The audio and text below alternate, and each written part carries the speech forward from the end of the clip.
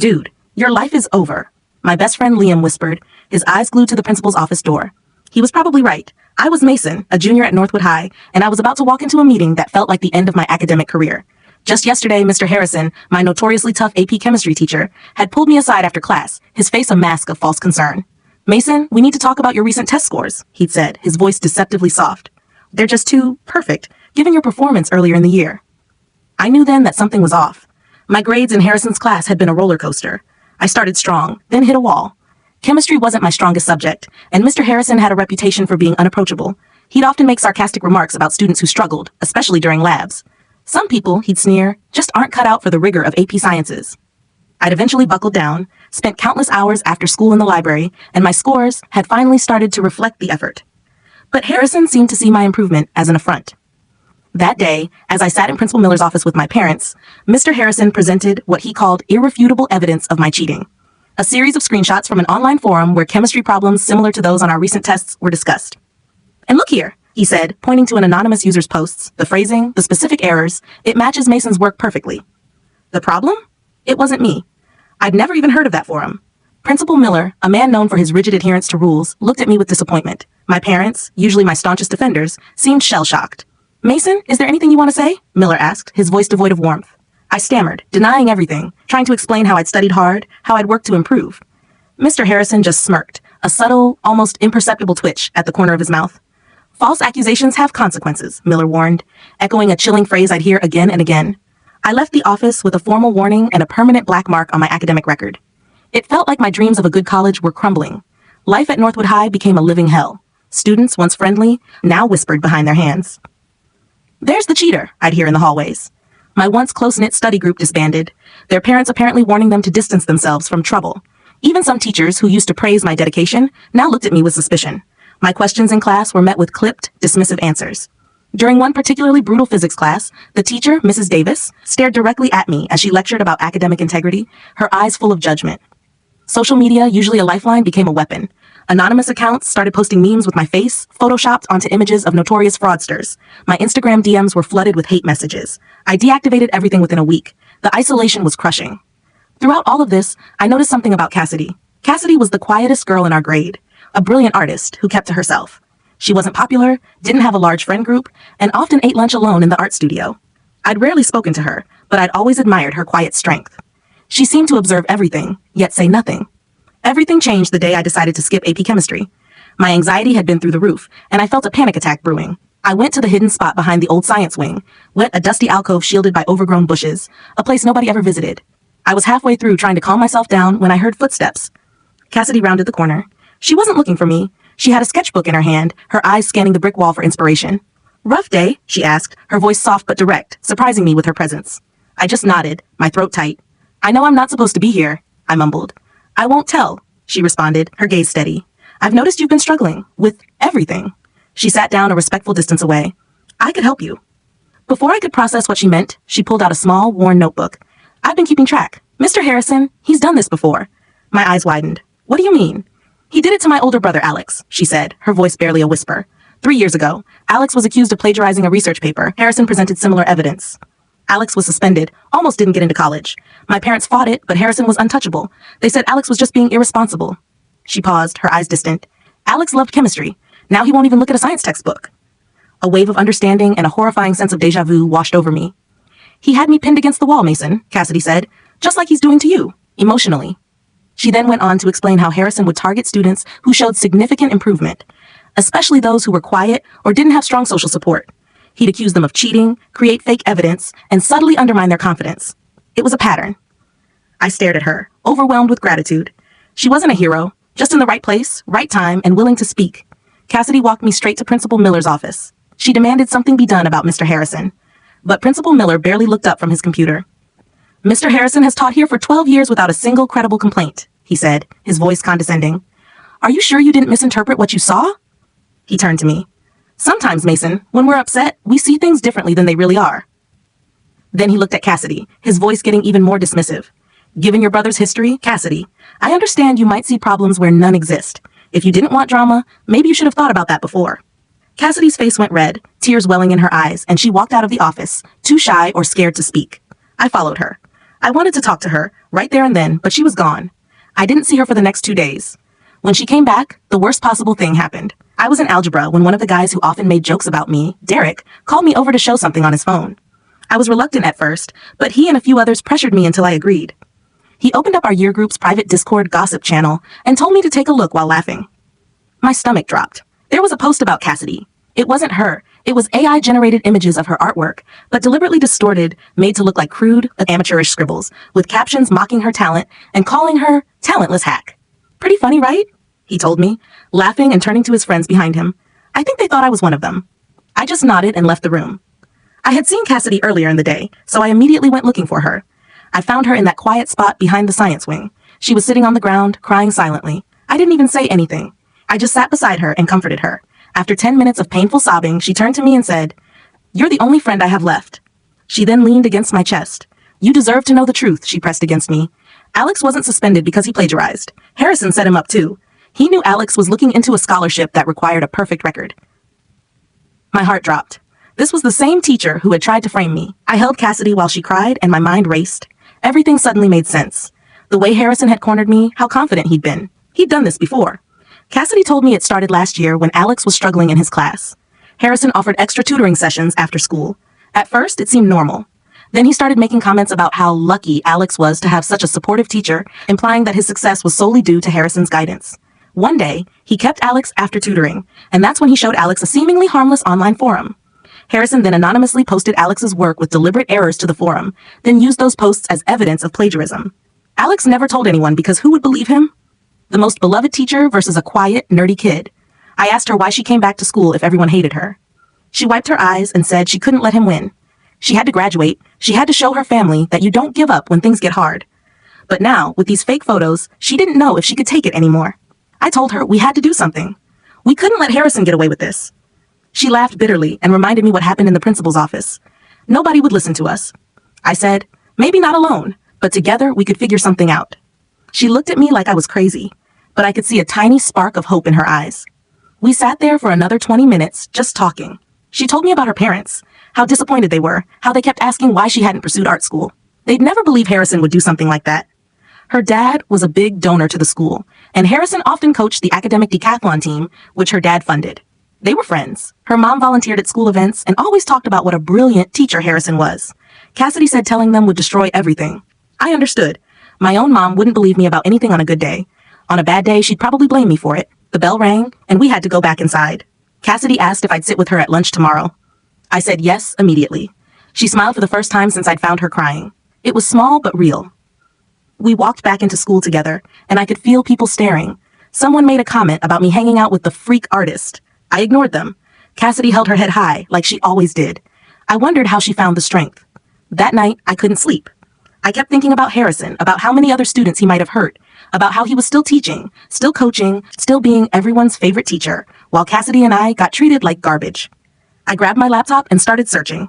I didn't know what I was looking for exactly. Maybe other complaints, maybe something that would help us. I found the school's website and Harrison's bio page. Teacher of the Year 3 times, coached the Science Olympiad to national championships, volunteer work with underprivileged youth. It made me sick. Everything about him was perfect on paper. No wonder nobody would believe us. I kept digging, checking old yearbooks online, looking for any pattern, any sign that someone else had noticed something wrong. But there was nothing. Just smiling photos of Harrison surrounded by grateful students and beaming parents. The next morning, I met Cassidy at her locker before first period. She looked exhausted but determined. Dark circles under her eyes that her concealer couldn't quite hide. I told her I'd been thinking all night, and we needed to be smart about this.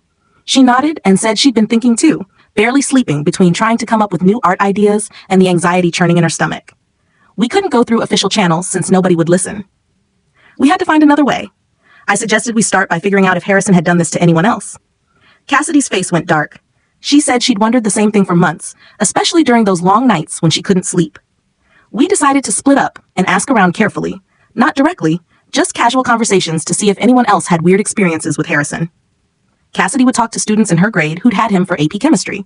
I'd check with juniors currently in his classes. We agreed to meet at lunch and compare notes. The morning dragged by painfully slow. In English, I sat next to Chloe, who had Harrison third period. I asked how her AP chemistry class was going, trying to keep my voice light and conversational. She shrugged and said it was fine. I pushed a little, asking if Harrison was as great as everyone said. She got this weird look, her pencil pausing mid-sentence, and said, "Yeah, he was. Very hands-on if you needed help." Then she turned away and didn't talk to me the rest of class, suddenly very interested in her notes. By lunch, I talked to 6 different students. 3 gave me the same kind of weird look Chloe did, their faces closing off the moment I mentioned Harrison's name. One actually started to say something, then stopped and said, "Never mind," her voice trailing off. Cassidy was already at our table in the far corner of the cafeteria, the one by the broken ice machine that hummed too loud. Nobody else would sit there anyway. She looked frustrated, picking at her salad without eating. She'd gotten similar responses. Students would start to say something, then change their minds. One senior named Sam had actually teared up when Cassidy mentioned Harrison's tutoring sessions, but when Cassidy asked if she was okay, Sam practically ran away, leaving her lunch tray behind. We knew we were onto something, but nobody would talk. I remembered something from a true crime podcast my mom listened to when she was sober enough to focus. Predators rarely had just one victim. They had patterns, types, methods. Harrison liked vulnerable students, students who were struggling in class, students who needed help, students who wouldn't be believed. Cassidy's brother Alex fit perfectly. Brilliant but quiet, struggling with a specific concept in chemistry, parents who trusted Harrison implicitly. Nobody would believe him over Harrison. I wondered how many others fit that same profile. How many students had sat in his classroom feeling trapped after school? After school, Cassidy had to go to her art club meeting. I offered to come with her, but she said her art teacher already thought I was a bad influence on Cassidy's focus, that hanging out with drama would ruin her artistic future too. Instead, I went to the library and pulled yearbooks from the last 5 years. The librarian gave me a strange look, but didn't ask questions. I started making a list of students who'd been in Harrison's AP chemistry classes. Then I cross-referenced with honor roll lists, looking for students who suddenly improved dramatically in chemistry, particularly those who were known to struggle in other science subjects. It was tedious work, but I found a pattern. Every year, there were 2 or 3 students who went from C's or D's to A's in Harrison's class. Their grades in other subjects stayed the same, just chemistry shot up dramatically. I took pictures of the pages with my phone, making sure to get clear shots of the names and grade progressions. Evidence. We needed evidence. That night, Cassidy texted me. She was exhausted from art club, but she thought of something. Harrison kept a digital folder on the school's shared drive, where he saved old assignments and project submissions. She'd helped with science department inventory during summer school and still had access through the main department office. She'd noticed teachers kept old student work there, sometimes with comments Harrison had made. She remembered seeing her brother Alex's name with discrepancy notes next to it. At the time, she thought it meant he was just very thorough. Now she wondered what those notes really meant. The next day at school was harder. The AI photos of Cassidy's art were still circulating, despite the administration's supposed zero-tolerance policy. Someone had printed them out and taped them inside Cassidy's locker. She tore them down without a word, but I saw her hands shaking, saw the way she blinked back tears in the hallway. Between classes, a group of guys made crude comments as we walked by. One of them, Brandon, the president of the debate club who thought he was God's gift, actually reached out like he was going to snatch Cassidy's sketchbook. I stepped between them and told him to back off. He laughed and said I was protective of my little artist. His friends thought that was hilarious, their laughter echoing off the lockers. Cassidy pulled me away before I could respond. She said it wasn't worth it. They weren't worth it. Harrison walked by while we were at Cassidy's locker. He slowed down and looked right at us, not at Cassidy, but at me.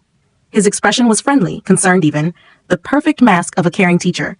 He asked if everything was all right, his voice gentle and paternal. I felt my skin crawl but forced myself to nod. He said if I ever needed to talk, his door was always open. Then he walked away like nothing had happened, his shoes clicking on the linoleum. Cassidy's face was pale. She whispered that was exactly how it started with Alex. The concern, the open door, the wanting to help. I felt sick. At lunch, we made a plan. We needed to get into Harrison's digital files and find those old assignments Cassidy mentioned. She still had her summer school login for the science department's shared drive. We'd go after school when Harrison had science Olympiad practice. He was always gone by 3:30 and didn't come back until after 5. That gave us time to search. It was risky, but we didn't have other options. Nobody would talk to us. The administration wouldn't listen. We had to find proof ourselves. The rest of the day crawled by at an agonizing pace. In AP chemistry class, I watched Harrison teach like nothing was wrong. He made jokes about chemical bonds, saying some relationships were just too unstable for high school. Students laughed. Girls smiled at him. He called on me once, and I managed to answer without my voice shaking. He said, "Good job," and moved on. I wondered how he did it, how he could hurt Alex, try to hurt me, probably hurt others, and still stand up there like some perfect teacher. The bell finally rang, and I met Cassidy by the gym. We watched Harrison head to practice, laughing with some players about last week's Science Olympiad challenge. Coast was clear. Cassidy led me to the science department office. The door was unlocked. Teachers were always in and out. She went straight to the main computer, logged in, and navigated to the shared drive. Harrison's folder was clearly labeled. My hands were sweating as we walked down the empty hallway. Harrison's classroom was at the end, past the other science rooms and the tiny office where tutoring happened.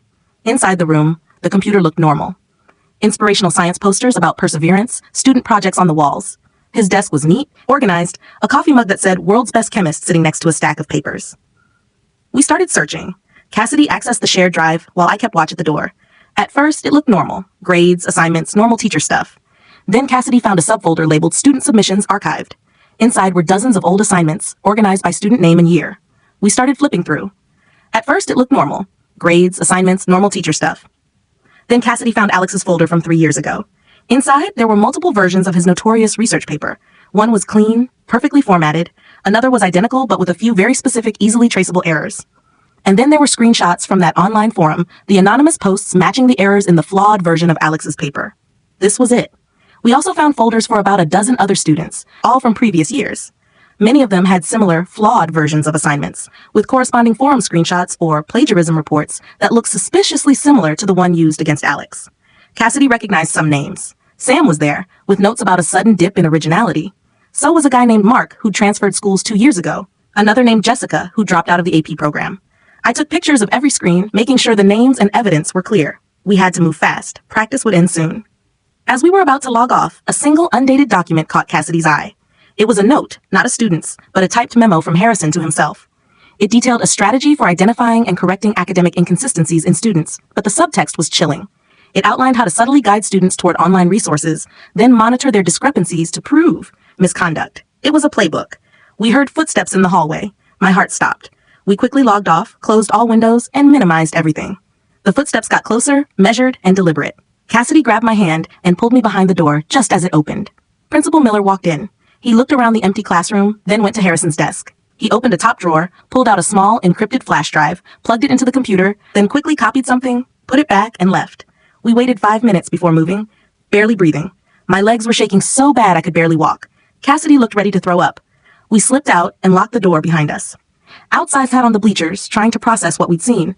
Miller checking Harrison's desk, the encrypted drive, the pattern going back years.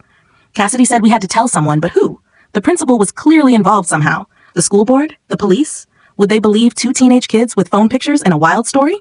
I said we needed more. We needed one of those other students to talk, to back up Alex's and my story. She agreed, but said none of them would. They were scared, just like she'd been scared, still was scared. That night, I couldn't eat dinner.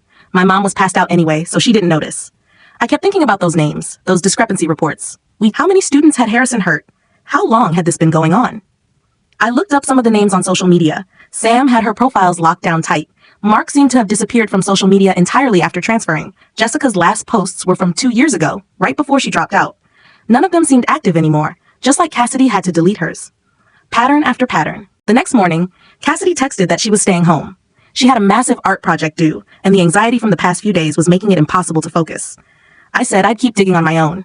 At school, I felt exposed without her, like Harrison would somehow know what we'd done.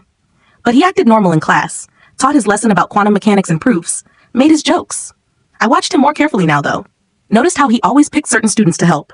Quiet ones, ones who sat alone, ones who looked tired or stressed. He had a type. Alex had been an exception, academically strong, but socially withdrawn. He'd been vulnerable in his own way, struggling with a specific concept in a family that expected academic perfection. At lunch, I sat alone at Cassidy's table. Across the cafeteria, I spotted Chloe sitting with a few other quiet girls. I'd seen her name in Harrison's archived files, notes about inconsistent referencing. She looked tired, thin, like she wasn't eating enough. I walked over and asked if I could sit. The other girls looked confused, but Chloe nodded. I made small talk for a few minutes about classes and homework. Then carefully, I mentioned I was struggling in Harrison's class. Chloe's fork stopped halfway to her mouth. I said I was thinking about asking for tutoring, but wasn't sure. Chloe put her fork down and said quietly that I should find a different tutor, maybe a student tutor or online help. Anything, but staying after school with Harrison. The other girls looked uncomfortable. One changed the subject quickly to the upcoming prom, but Chloe kept looking at me. After lunch, she caught up with me in the hallway. She asked why I was really asking about Harrison. I took a risk and told her about Alex, about what Harrison did to him and what he was doing to me. Chloe's eyes filled with tears. She said she couldn't talk about it. She'd worked so hard to forget. Her parents thought she was being dramatic when she tried to tell them. They said Harrison was a good man who'd helped her grades improve. Why was she being ungrateful? She'd almost transferred to another school for senior year just to get away from him. But the memories didn't go away. I asked if she'd be willing to help Alex and me to speak up so people would believe us. Chloe shook her head. She said she couldn't go through it again. The questions, the doubt, the way people would look at her. She'd seen what they did to me, the memes, the rumors. She couldn't handle that. She was applying to colleges. She needed recommendation letters. She couldn't have this follow her. I understood, but I was frustrated. How many students would stay silent while Harrison kept teaching? Chloe must have seen it on my face because she said she was sorry. Then she walked away. That afternoon, I had study hall in the library. I was researching whether we could report anonymously to someone outside the school when Sarah sat down across from me. She was in my English class, quiet, good grades, kept to herself. She asked what I was working on. I said, "Just research for a project." She nodded, then slid a folded paper across the table. She said Chloe told her I was asking about Harrison. Then she left before I could respond. I unfolded the paper. It was a screenshot of an email, Harrison's school email address, asking a student to meet him after school for extra help with advanced concepts. Then the emails got weird, asking if she told anyone about their special sessions, saying she was a truly gifted mind, that he could help nurture beyond the classroom. My hands shook as I read. This was proof, actual proof. I texted Cassidy immediately. She called me from her art studio. I told her about Alex, about Chloe, about Sarah, about the emails. She started crying, not sad tears, but relieved tears. She wasn't crazy. She wasn't alone. Other students had been through this too. We agreed to meet tomorrow to figure out next steps. We had evidence now. We had to be smart about how to use it. Harrison had been doing this for years. He was careful, protected. We had to be more careful. That night, I made copies of everything. The photos from the archived folders, the email screenshots Sarah gave me. I emailed them to myself, to Cassidy, saved them on a flash drive. If something happened to our phones, we'd still have proof. I barely slept, kept thinking about Harrison in class tomorrow, acting normal, picking his next victim, maybe already grooming someone new. The thought made me sick. We had to stop him. But we were just kids. He was a beloved teacher. Who would listen to us? The next day, Cassidy was back at school. Her art project was finished, and she looked exhausted but determined. We met before first period to plan. We decided to try one more time with the administration. This time, we'd bring the evidence, the photos, the emails, everything. If Miller wouldn't listen, we'd go to the superintendent. If they wouldn't listen, we'd go to the school board. Someone had to care that a teacher was preying on students. Someone had to stop him. We walked into the main office together. The secretary asked if we had an appointment. We said it was urgent. She rolled her eyes but called Miller. He came out looking annoyed. He said he had 5 minutes before a meeting. We followed him to his office. Cassidy spoke first. She said we had evidence that Harrison was inappropriate with students. Miller sighed and said, "We'd been through this before." That's when I pulled out the printed photos, the archived student files, the discrepancy reports, the pattern. Miller barely glanced at them. He said academic support wasn't evidence of anything except good teaching. Then I showed him Sarah's screenshot. His expression changed. He studied it carefully, asked where we got it. I said, "A student gave it to us. Someone else Harrison had targeted." Miller put the paper down and looked at us. He said this was a serious accusation. If we were wrong, we could ruin a man's career. Did we understand that? Cassidy said Harrison ruined Alex's life and mine. How was his career more important than that? Miller said he'd look into it, that we should go to class and let him handle it. Something about his tone was off, too calm, too dismissive. We left his office feeling defeated again. Cassidy said he wasn't going to do anything. He'd probably warn Harrison and then it would get worse. I agreed. We needed another plan. As we walked to class, someone called my name. We turned to see Mr. Evans, the veteran history teacher. He asked if we could talk after school, said it was important. We agreed, confused. Mr. Evans had never paid attention to either of us before. He taught seniors mostly. We didn't have him for any classes, but something in his expression made us curious. The day passed slowly. Harrison seemed different in AP chemistry, distracted. He kept checking his phone, stumbled over problems he usually solved easily. At one point, he stared right at me for too long, like he was trying to figure something out. I kept my expression neutral, but my heart was racing. Did Miller tell him about our meeting? Did he know we'd been in his digital files? After class, he asked me to stay behind. My blood went cold. I said I had to get to my next class. He said it would just take a minute. Other students were filing out. Soon we'd be alone. I grabbed my stuff and headed for the door. He called my name again, his voice taking on a sharper edge. He said we really needed to talk about my academic dishonesty, about my potential, about how he could help me get back on track. The words were innocent, but the tone wasn't. I practically ran out of the room. In the hallway, I texted Cassidy. Harrison was onto us. We had to be careful.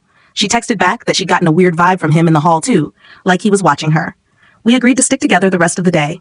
Safety in numbers. After school, we met Mr. Evans in his empty classroom. He closed the door and pulled the blinds down. That made me nervous, but Cassidy seemed to trust him. Mr. Evans sat on a desk and looked at us for a long moment. Then he asked if we were the ones asking questions about Harrison. We exchanged glances, but nodded. He said he'd heard from Chloe and Sarah that we were trying to do something. He wanted to help. Cassidy asked why he cared. Mr. Evans said he'd noticed patterns over the years. Students who suddenly dropped out of academic competitions, who changed from outgoing to withdrawn, who improved drastically in just Harrison's class. He tried talking to Miller about it 2 years ago. Miller shut him down immediately, told him he was seeing problems where none existed, threatened his job if he kept spreading rumors. So he stayed quiet but kept watching, kept noticing. I asked if he had any proof. He shook his head, just observations and suspicions. But he said he knew other teachers who'd noticed things too. Miss Albright in calculus, Mr. Kim in biology. They'd all tried to speak up at different times, all got shut down. Harrison was untouchable. He brought in awards for the school, parents loved him, the school board thought he walked on water. Mr. Evans said the only way to stop him was to go outside the school system entirely. Cassidy asked what he meant. Mr. Evans pulled out a business card. It was for a detective at the local police department. Detective Reynolds. Mr. Evans said he specialized in white-collar crime and fraud investigations. He'd take us seriously, but we needed to be prepared. Once we talked to police, everything would change. The school would circle wagons, people would take sides. It would get ugly. Were we ready for that? I looked at Cassidy. She was holding the card like it might burn her. I knew she was thinking about Alex, about her parents, about how much worse things could get. But then she straightened her shoulders and said yes, she was ready. She couldn't let Harrison hurt anyone else. Mr. Evans said he'd call Detective Reynolds and set up a meeting. He told us to gather all our evidence, make copies of everything, and be careful. Harrison had friends in high places. The next 2 days were tense. Harrison watched us constantly. In class, in the halls, even at lunch. I'd catch him staring from across the cafeteria. Other students started noticing too.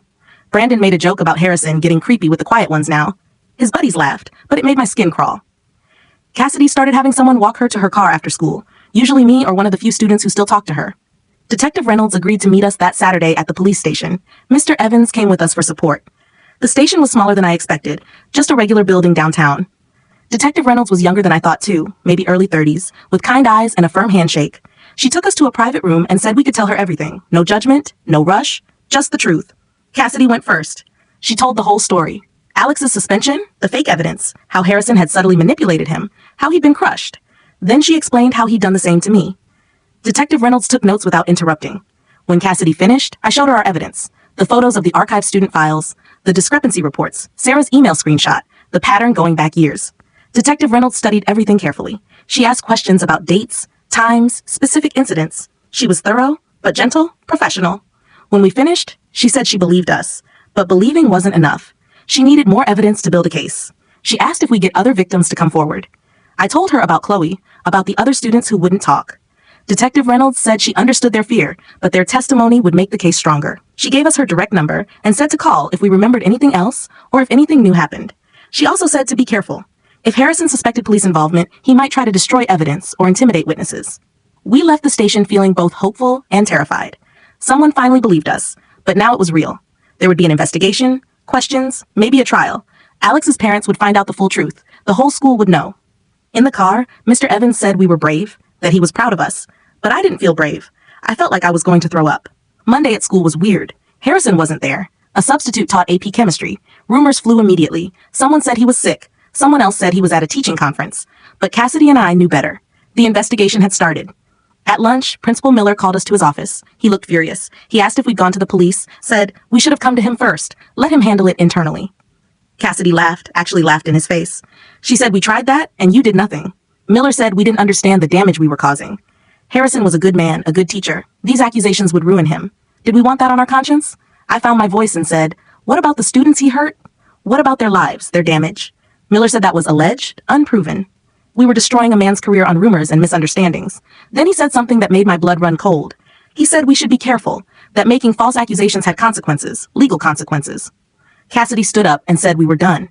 We had nothing else to say without a lawyer present. Miller's face went red, but he let us leave. In the hallway, Cassidy was shaking. She said Miller basically threatened us. I agreed. We texted Detective Reynolds about the meeting. She said to document everything. Write down exactly what was said, save any emails or messages, build a paper trail. The rest of the week was chaos. Harrison didn't come back. The substitute became permanent. Rumors went wild. Someone said Harrison was arrested. Someone else said he fled the state. The truth was less dramatic. Detective Reynolds told us he was on administrative leave pending investigation. But the damage to his reputation had started. Parents were asking questions. The school board was getting involved. Then the backlash hit. Harrison supporters came out swinging. A group of parents started a petition saying he was being railroaded. They called Cassidy and me liars looking for attention. The AI photos of Cassidy's art resurged with new captions about her being a bitter, untalented artist, trying to destroy a good man because he wouldn't praise her mediocre work. It was brutal. Cassidy missed 3 days of school. I started eating lunch in the library to avoid the cafeteria. But then something unexpected happened. Sarah came forward. She walked into the police station with her parents and gave a full statement about Harrison's inappropriate emails and behavior. Her parents had found the texts and believed her. Then Chloe's parents called Detective Reynolds. They said their daughter had something to say. One by one, students started speaking up, not publicly, not at school, but to the police, to the investigators. Mr. Evans kept us updated. He said more teachers were coming forward too, not with direct evidence, but with observations, concerns they'd raised that were dismissed, patterns they'd noticed. Miss Albright had documentation going back 4 years of her concerns about Harrison's behavior with certain students. Mr. Kim had emails where Miller told him to focus on his own classroom when he'd raised red flags. The investigation expanded. It wasn't just about Harrison anymore. It was about a system that protected him, that silenced concerns, that prioritized reputation over student well-being. Detective Reynolds interviewed dozens of people. Current students, former students, teachers, administrators. The stories were depressingly similar. Students who were struggling, a Harrison who offered help, boundaries that slowly eroded, and a school that looked the other way. The investigation took months, not weeks. There were depositions, evidence reviews, legal procedures that seemed to drag on forever. Harrison remained on leave while lawyers battled over every detail. The community stayed divided, some calling for his head, others insisting on his innocence. Cassidy and I continued going to school, facing daily judgment from both sides. Some days were harder than others. The AI photos kept resurfacing, despite multiple takedown attempts. New rumors spread weekly, but we had each other, and slowly, we had others too. Students who'd been silent started nodding at us in the halls. Some even whispered, "Thank you," when no one was looking. Finally, after what felt like an eternity, Harrison was arrested. The charges were serious. Multiple counts of academic fraud, coercion, and contributing to the delinquency of a minor. The evidence was overwhelming, not just our testimony, but physical evidence they found when they searched his home. A personal hard drive with hidden copies of all the flawed student submissions and correspondence with the online forum administrators under an alias. The community exploded. Parents who defended him were shocked. Others said they'd always felt something was off. The school held emergency meetings. They brought in counselors. They promised full cooperation with the investigation. Miller announced his early retirement, said he wanted to spend more time with family. Everyone knew the truth. He was getting out before they could fire him. But the best part was what happened with the students. The ones who tortured Cassidy and me started backing off. Some even apologized. Not many, but a few. The AI photos disappeared. Brandon got suspended for 2 weeks. When it came out, he was one of the ones who created them. His debate scholarship started getting withdrawn.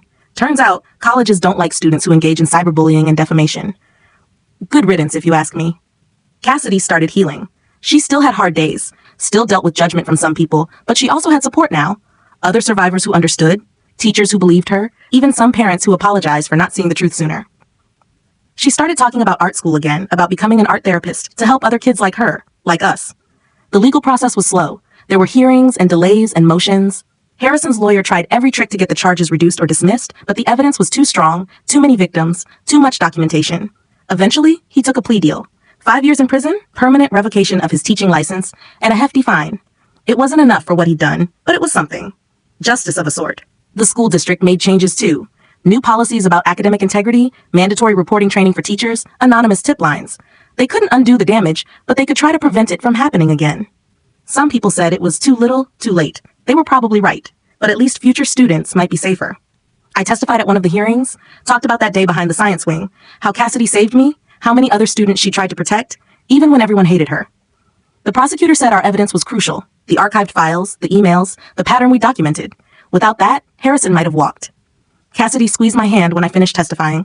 We'd done it together. Life went back to normal eventually, as normal as it could be. Cassidy graduated with honors despite everything, walked across that stage with her head held high, clutching her art portfolio. I had 2 more years of high school, but they were different, better. The culture had shifted. People were more aware, more careful, more willing to speak up. Mr. Evans became our unofficial mentor. He helped Cassidy with her art school applications, helped me figure out what I wanted to do with my life. He said we'd shown more courage than most adults he knew, that we'd changed things, saved academic futures. Probably. I didn't know about that. We just did what felt right, what had to be done. Harrison's sentence made the local news. They didn't name victims, but everyone knew. Cassidy gave one interview, anonymous, voice disguised. She said she hoped other students would speak up, that they'd be believed that the adults meant to protect them would actually protect them. She said she was healing, moving forward, that her art would grow in a better world because people finally listened. And that's really the whole story. It was messy and painful and complicated. Nothing like the dramatic revelations you see on TV. Just 2 teenage kids who refused to let a manipulative teacher keep hurting people, who found their voices when everyone tried to silence them, who learned that sometimes doing the right thing means everything gets worse before it gets better. But it does get better.